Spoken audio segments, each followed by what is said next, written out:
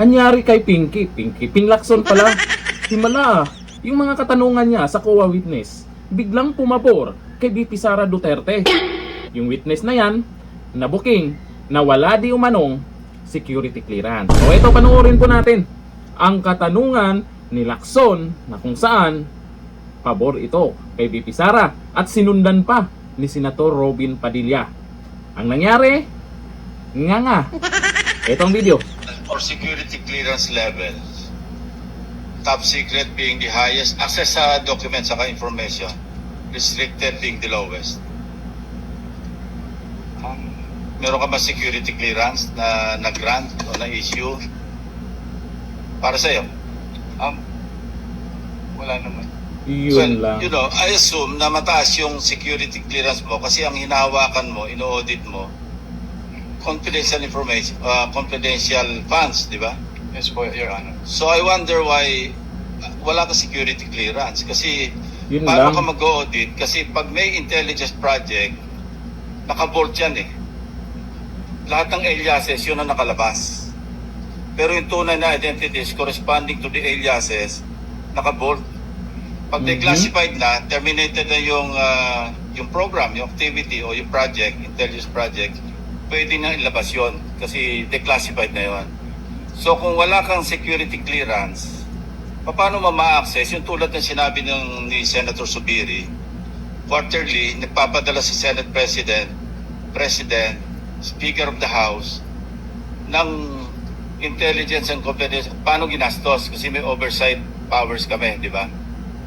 So paano ka makakapag-audit properly kung hindi mo alam yung nature ng intelligence project or operation? Kaya kanina tinatanong ko, yung bang evidence of success per activity, ano ba, after surveillance report? And mind you, you cannot call it successful kung negative yung surveillance. Wala nakita eh, pero gumastos ng pera yon. So would you consider that another topic as a success or evidence of success maski negative yung resulta ng intelligence information gathering, operation or activity, or yung after surveillance report?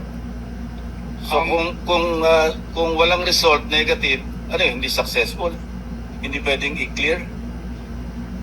Nakalagay po kasi yung nature ng item is payment of reward. So dapat... No. Nako. Pagka kasi nag-acknowledgement receipt, no? Halimbawa, bumiyahe, meron ding informant yung informant, ginasusan, o bumila ng sigarilyo sa sari-sari store, nagkape, kasi kausap yung informant.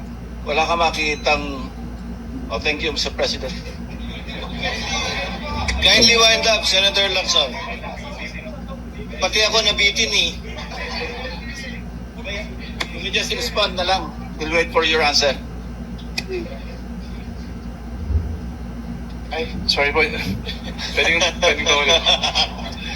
Ulitin ko hindi lahat ng after surveillance report successful. Negative eh. Wala nakita. Pero gumastos. Hindi lahat ng intelligence gathering information successful. Kasi negative. Pero may gastos yun. How would you classify that? Evidence of success ba yun? O hindi? These are practical questions Kasi galing ako dyan kaya alam ko yung kalakaran. That calls for... Yun nga wala ka security clearance kasi. Yun. Kasi naka-bolt lahat yan. Pagka intelligence project, naka-bolt. Pag declassified, terminated yung project, saka ilalabas yun. Nandun lahat yung mga tunay na pangalan ng mga aliases. Kumuha ka ng security clearance. Yun. Oh, nga. Ayan pa, sasundan pa ni Senator Robin Padilla yan.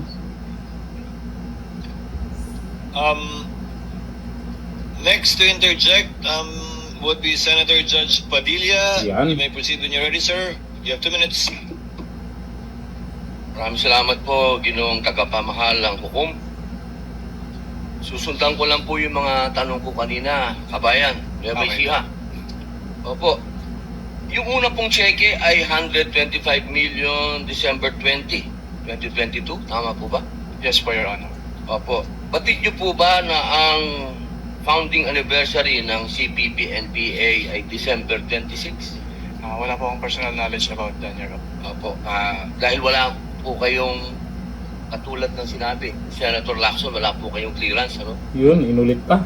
Pangalawa, second check po, 125 million, January 31, 2023, tama po? Yes po, Your Honor. Opo. Ang NPA founding anniversary po ay March 29. Batid niyo po ba yun? Wala po akong personal knowledge about Okay. that, Your Honor. Third check, 125 million, April 18, 2023. Tama po ba? Hindi ko po matandaan yung date po ng check. May I refer po to the check? Stopwatch, please.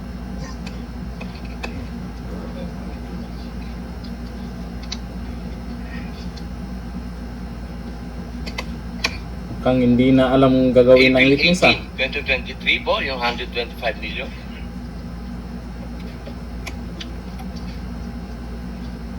Yes po, Your Honor. Opo. Ang 50th po, golden anniversary ng NDF, National Democratic Front, ay April 24. Kaya ko po nabanggit lahat to. Ito pong mga dates na to, nung December 26, March 29, April 24, lahat po ito, walang nangyaring attack. Lahat po foiled. Wala po. For the first time, wala pong nangyaring attack. Kasi tuwing founding anniversary, may attack. Ang tanong ko po, Ginoong Kabayan, naniniwala po ba kayo na malaki ang papel ng confidential fund at confidential agent? Depende po yan sa kung ano po talaga yung mandate ng agency po, Your Honor. Alam naman po natin na ang DepEd, diyan po nanggagaling ang tinatawag naming sa Communist Party po, ano? Meron po kasing pangkat guerrilla, ang pangkat politikal. Yung pangkat politikal, yan po yung mga estudyante na nanggagaling sa universidad. Sangayon po ba kayo doon? I cannot answer that po, Your Honor. Okay, dahil wala nga po pala kayong clearance. Maraming salamat po. Yun. Ibang-iba magtanong si Senator Robin Padilla. Pero ang napansin ko dyan, kay Ping Lacson.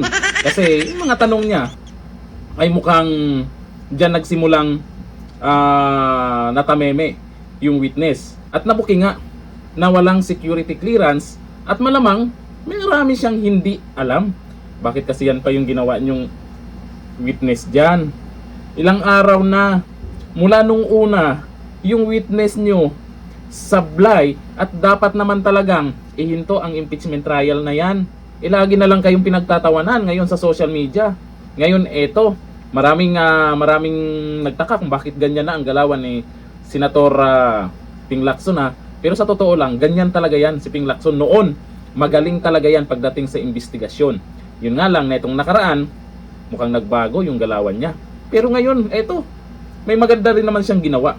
Ipinakita niya yung galing niya, yung kaalaman niya. Dapat laging ganyan, Pinky ha. Ganito na lang, thank you. Bye-bye.